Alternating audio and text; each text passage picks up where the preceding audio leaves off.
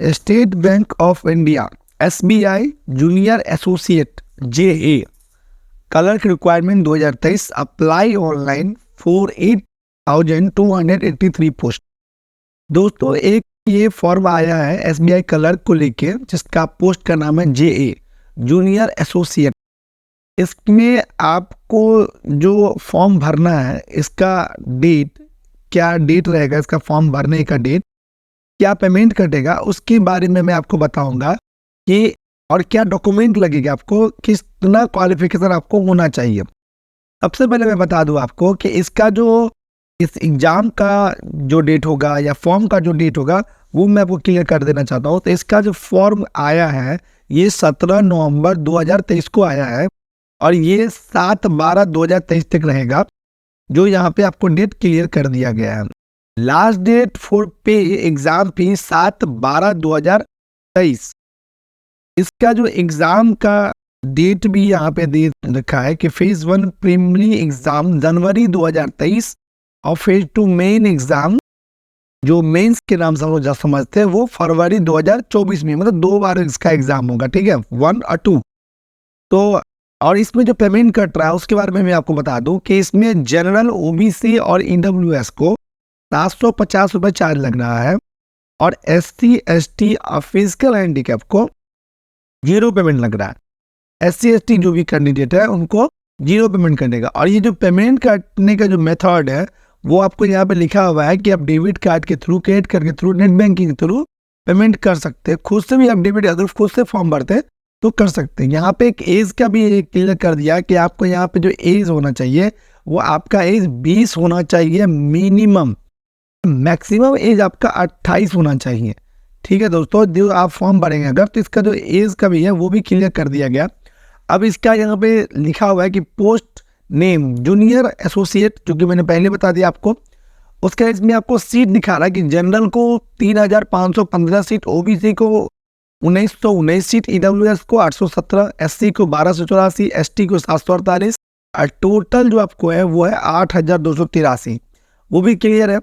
उसके बाद एक चीज यहाँ पे एक मैं आपको बता दूं कि इसमें क्या दिया हुआ कि past appearing bachelor degree in any stream in any recognised university in India known of local language. तो यहाँ पे क्या दिया हुआ है कि अपेयरिंग ऑफ बैचलर डिग्री, जो अपेयरिंग भी होंगे वो अपेयरिंग वाले भी भर सकते हैं, और दूसरा कि जिनका ग्रेजुएशन कंप्लीट हो गया होगा कोई भी रिकॉग्नाइज्ड बोर्ड से, यूनिवर्सिटी से, तो वो भी उसको भर सकते हैं, जो कि इंडिया का हो उससे भर सकते हैं, ठीक है।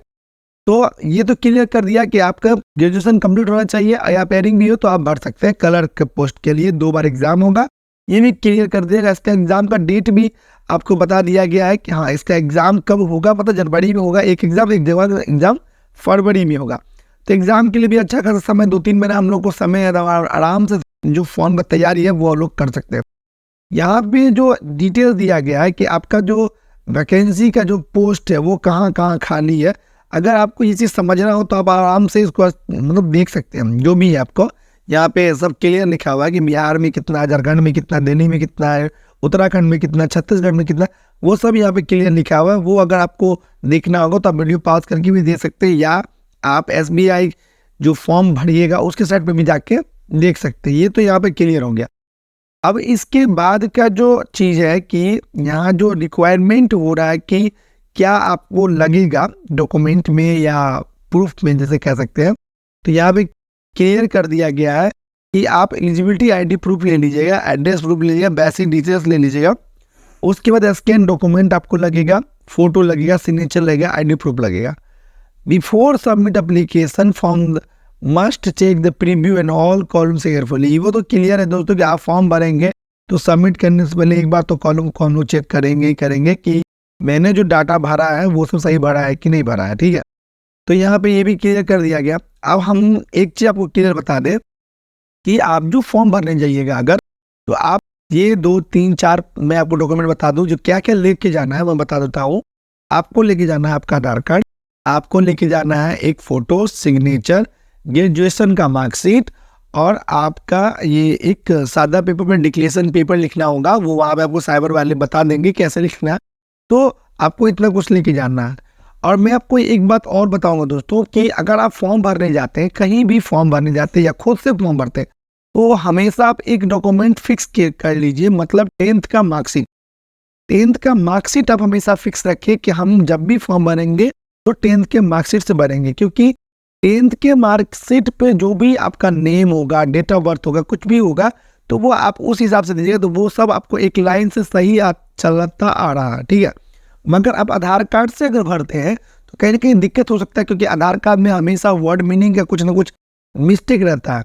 तो मैं आपको सजेस्ट करूंगा कि आप जब भी फॉर्म भरें खुद से या कहीं से भी जाके, तो आप हमेशा 10th के मार्कशीट से फॉर्म भरें, जो उसमें नाम लिखा है वो जो डेट ऑफ बर्थ उसमें लिखा हुआ वो उसके हिसाब से भरे, ताकि आपका फॉर्म कभी भी गलती नहीं होगा, कभी नहीं गलती होगा। तो आप 10th का मार्कशीट भी वन लेके जाइएगा, चाहे आप सीबीएसई बोर्ड से हो, बिहार बोर्ड से, कोई भी बोर्ड से हो, तो आप वो लेके जाइएगा, तो आपका जो फॉर्म भरा जाएगा वो गलती होने का चांस ही नहीं होता है, कभी भी नहीं।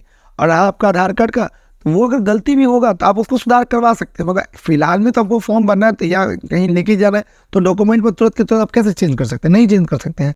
डॉक्यूमेंट में तो प्रूफ है कि आप आधार कार्ड ले सकते हैं, पैन कार्ड ले सकते हैं। तो इसके लिए मैं आपको सजेस्ट करूंगा आप 10th का मार्कशीट लेके जाइए, कहीं भी फॉर्म भरिए। थैंक यू दोस्तों।